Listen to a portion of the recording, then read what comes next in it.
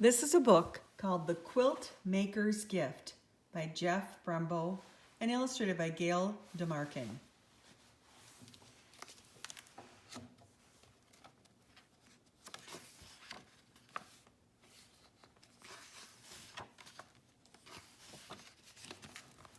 There was once a quilt maker who kept a house in the blue, misty mountains up high.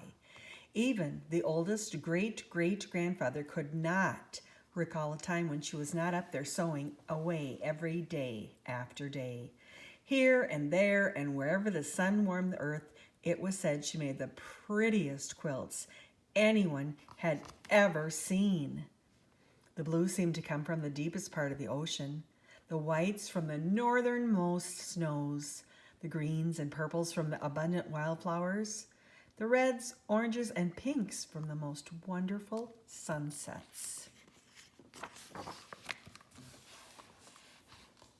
Some said there was magic in her fingertips.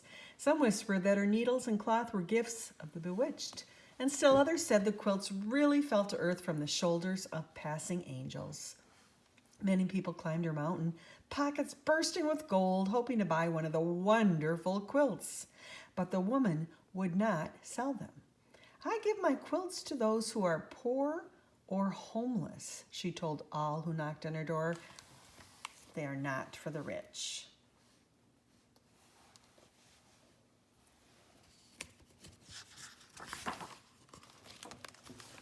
On the darkest and coldest nights, the woman would make her way down the mountain to the town below, and there she would wander the cobblestone streets until she came upon someone sleeping outside in the chill. She would then take a newly finished quilt from her bag, wrap it around their shivering shoulders, tuck them in tight, and tiptoe away. Then the very next morning, with a steaming cup of blackberry tea, she would begin a new quilt.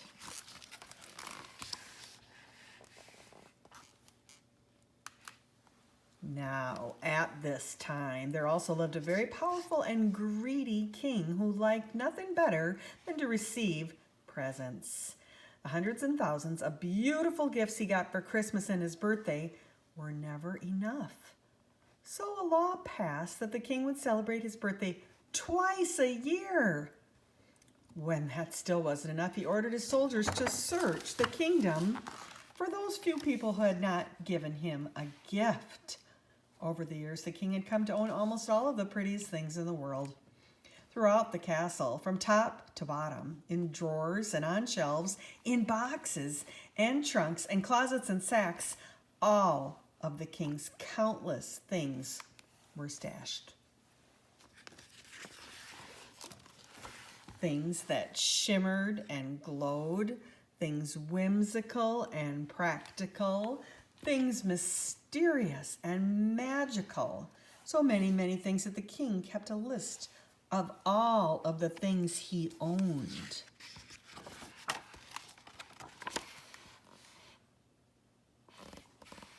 And yet, with all these marvelous treasures to enjoy, the king never smiled. He was not happy at all. "Somewhere there must be one beautiful thing that will finally make me happy," he was often heard to say, "and I will have it." One day a soldier rushed into the palace with news about a magical quilt maker who lived in the mountains. The king stamped his foot. "And how is it that this person has never given me one of her quilts as a gift?" he demanded. "Oh, she only makes them for the poor, your majesty," the soldier replied, "and she will not sell them for any amount of money." "We shall see about that," the king roared. "Bring me a horse and 1,000 soldiers." And they set off in search of the quilt maker. But when they arrived at her house, the quilt maker merely laughed. "My quilts are for the poor and needy, and I can easily see you are neither." "I want one of those quilts," the king demanded. "It might be the only thing that will finally make me happy."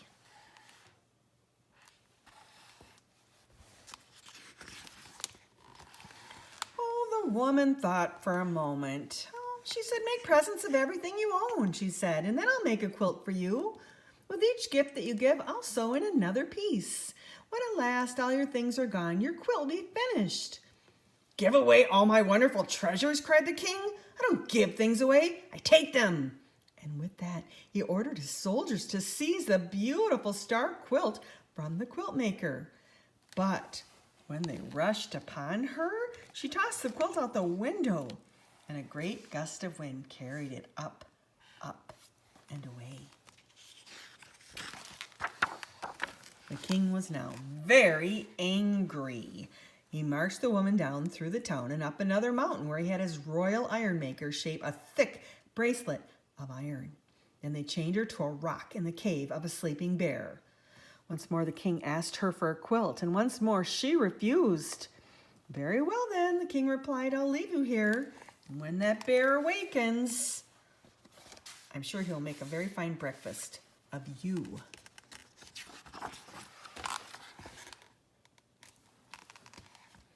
Later, when the bear's eyes opened and he saw the woman in his cave, he stood on his mighty hind legs and he gave a roar that rattled her bones. She looked up at him and sadly shook her head. It's no wonder you're grouchy, the quilt maker said. You have nothing but rocks on which to rest your head at night. Bring me an armful of pine needles, and with my shawl I'll make you a great big pillow. And that's what she did.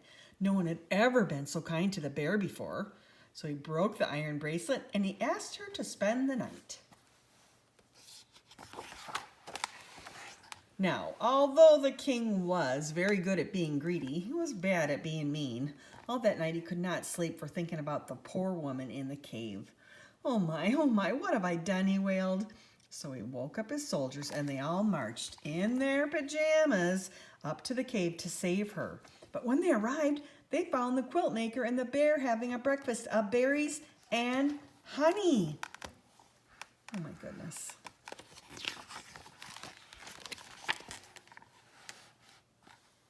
Now, the king completely forgot about feeling sorry for her and he became angry all over again. He ordered the royal island makers to build an island barely big enough for the woman to stand on her tippy toes. Once again, the king asked her for a quilt, and once again, she said no. Well, very well, the king replied. Tonight, when you're too tired to stand and lie down, you're going to drown. And the king left her alone on the tiny island. Shortly after he left, the quilt maker saw a sparrow flying across the great lake. A cold, fierce wind was blowing, and it did not look like the poor bird was making it to shore. So the quilt maker called to him, and he stopped to rest on her shoulder. The poor, tired sparrow was shivering. So the woman quickly made him a coat made from scraps of her purple vest.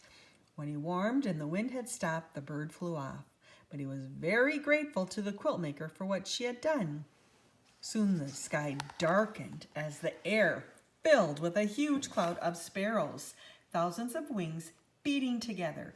They swooped down, lifted the woman in their little beaks, and they carried her safely to shore. Again that night, the king could not sleep for thinking about the woman alone on the island. Oh my, what have I done?" he moaned. So he woke up on his sleepy soldiers again, and they marched in their pajamas down to the lake to see the woman let her free.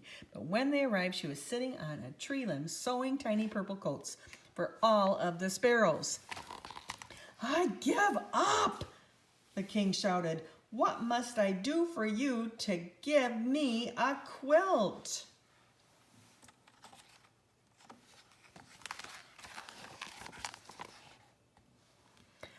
"As I said," the woman answered, "give away all the things you own and I'll sew a quilt for you. And with each gift that you give, I'll add another piece to your quilt." "I can't do that," cried the king. "I love all of my wonderful, beautiful things." "But if they don't make you happy," the woman replied, "what good are they?" "That's true," the king sighed. And he thought about what she had said for a long, long time. So long that weeks went by. "Oh, all right," he finally muttered. "If I must give away my treasures, then I must." King went to his castle and searched from top to bottom for something he could bear to give away. Finally, came out with a single marble. But the boy who received it smiled so brightly in return, the king went back in for more things. Eventually, he brought out a pile of velvet coats and went about the town, giving them to people dressed only in rags. And they were so pleased that they marched up and down the street in a grand parade. Still, the king did not smile.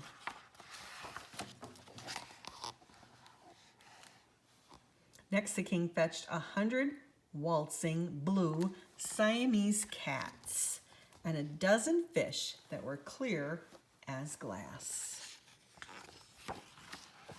Then the king ordered his merry-go-round with the real horses to be brought out. Children cried with delight and cartwheeled around him. And just the smallest of smiles began to show on the king's face.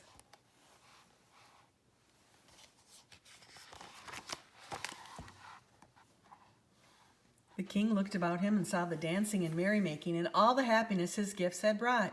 A child took hold of his hand and pulled him into the dance. Now the king really smiled, and he even laughed out loud. "How can this be?" he cried. "How can I feel so happy about giving my things away? Bring everything out. Bring it out all at once." Meanwhile, the quilt maker kept her word and started making a special quilt for the king.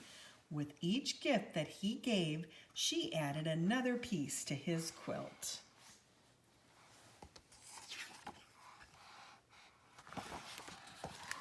So the king kept on giving and giving.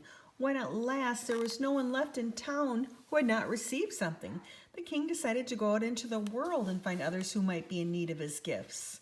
But before he left, the king promised the quilt maker he would send a sparrow back to her each and every morning that he gave something away. Morning, noon, and night, the wagons rolled out of town, each piled high with the king's wonderful things. And for years and years, messenger sparrows flew to the quilt maker's windowsill as the king slowly emptied his wagons, trading his treasures for smiles around the world.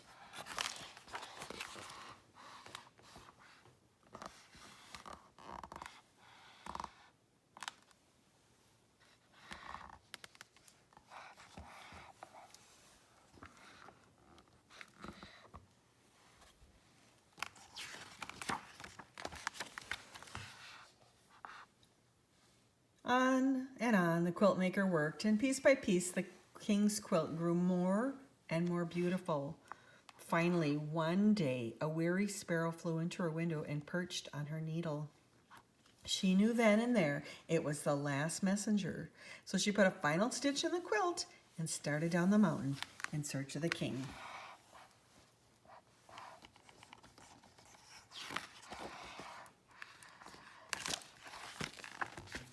After a long search, she finally found him. The king's royal clothes were now in tatters and his toes poked out of his boots. Yet his eyes glittered with joy and his laugh was wonderful and thunderous. The quilt maker unfolded the king's quilt from her bag. It was so beautiful that hummingbirds and butterflies fluttered about. Standing on her tiptoes, she tenderly wrapped it around him. "What's this?" cried the king. "As I promised you long ago," the woman said. "When the day came that you yourself were poor, only then would I give you a quilt." The king's great sunny laugh made green apples fall and flowers turned his way. "But I'm not poor," he said. "I may look poor, but in truth my heart is full to bursting, filled with memories of all the happiness I've given and received. I'm the richest man I know." Nevertheless, the quilt maker said, "I made this quilt just for you." "Thank you," replied the king. "I'll take it, but only if you will accept a gift from me. There is one last treasure I have left to give away. All these years I've saved it just for you." And from his rickety, run-down wagon, the king brought out his throne. "It's really quite comfortable," the king said, "and just the thing for long days of sewing." From that day on, the king often came to the quilt maker's house in the clouds. By day, the quilt maker sewed the beautiful quilts she would not sell, and at night the king took them down to the town. Then he searched out the poor and downhearted, and never happier than when he was giving something away.